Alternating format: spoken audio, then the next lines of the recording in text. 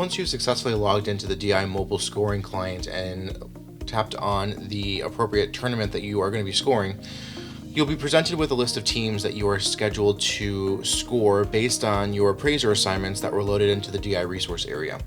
So the next step as you are watching teams is to start entering scores for some of these teams.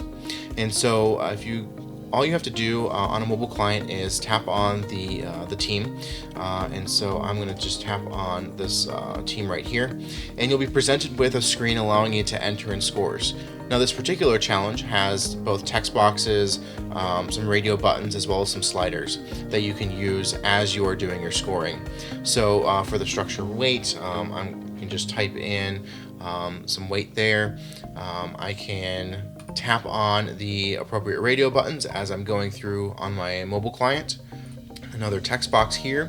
And now when I get down to the sliders, I can just tap on my finger and drag the slider bar left or right to the appropriate number.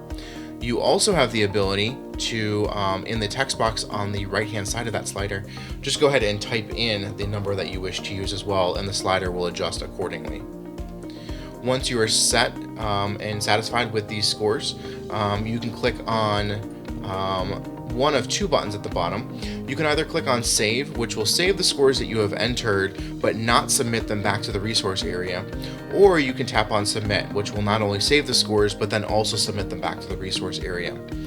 Choosing to save your scores is helpful if you are choosing to hold back the first couple of teams in order to normalize your scores before submitting them all to the resource area throughout the day of the tournament.